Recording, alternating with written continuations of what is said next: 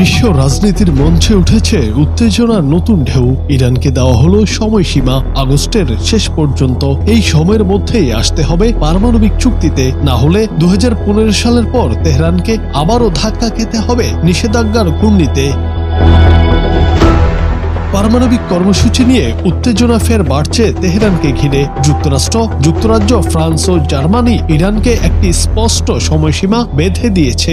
August মাসের শেষ নাগাদ তেহরানকে 2015 সালের পারমাণবিক চুক্তিতে ফেরার বিষয়ে সিদ্ধান্ত জানাতে হবে।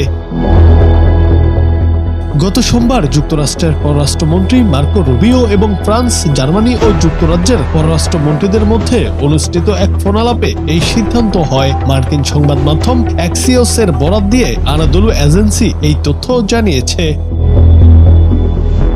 বিষয়টির সঙ্গে সংশ্লিষ্ট 3টি সূত্র জানায়, নির্ধারিত সময়ের মধ্যে কোনো অগ্রগতি না হলে জাতিসংঘ নিরাপত্তা পরিষদের 2015 সালের চুক্তির আওতায় প্রত্যাহার করা সব নিষেধাজ্ঞা আবারও স্বয়ংক্রিয়ভাবে কার্যকর হয়ে যাবে।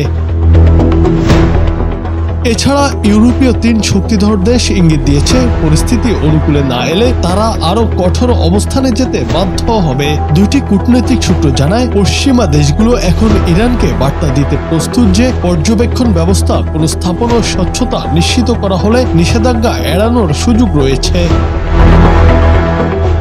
2015 সালের চুক্তিটি স্বাক্ষরিত হয় ইরান ও জাতিসংঘ নিরাপত্তা পরিষদের 5 স্থায়ী সদস্য যুক্তরাজ্য, রাশিয়া, ফ্রান্স ও চীন এবং জার্মানির মধ্যে। এতে ইরানের ইউরেনিয়াম সমৃদ্ধকরণ সীমিত করার শর্ত ছিল, যার বিনিময়ে আন্তর্জাতিক নিষেধাজ্ঞা শিথিল করা হয়েছিল। তবে 2018 সালে মার্কিন প্রেসিডেন্ট ডোনাল্ড ট্রাম্প যুক্তরাষ্ট্রকে একতরফাভাবে ওই চুক্তি থেকে প্রত্যাহার করে নেন এবং ইরানের উপর পুনরায় কঠোর নিষেধাজ্ঞা আরোপ করেন।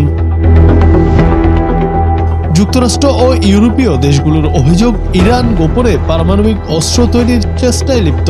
তবে তেহরান সবসময় তার পারমাণবিক কর্মসূচিকে শান্তিপূর্ণ এবং বিদ্যুৎ উৎপাদন সহ বেসামরিক উদ্দেশ্যে পরিচালিত হচ্ছে বলে দাবি করে আসছে। পর্যবেক্ষকদের মতে, নির্ধারিত সময়ের মধ্যে সমাধান না হলে আবারও আন্তর্জাতিক অঙ্গনে ইরানকে ঘিরে নতুন করে টানাপোড়েন দেখা দিতে পারে। জুনায়েদ আহমেদ, বাংলা টিভি।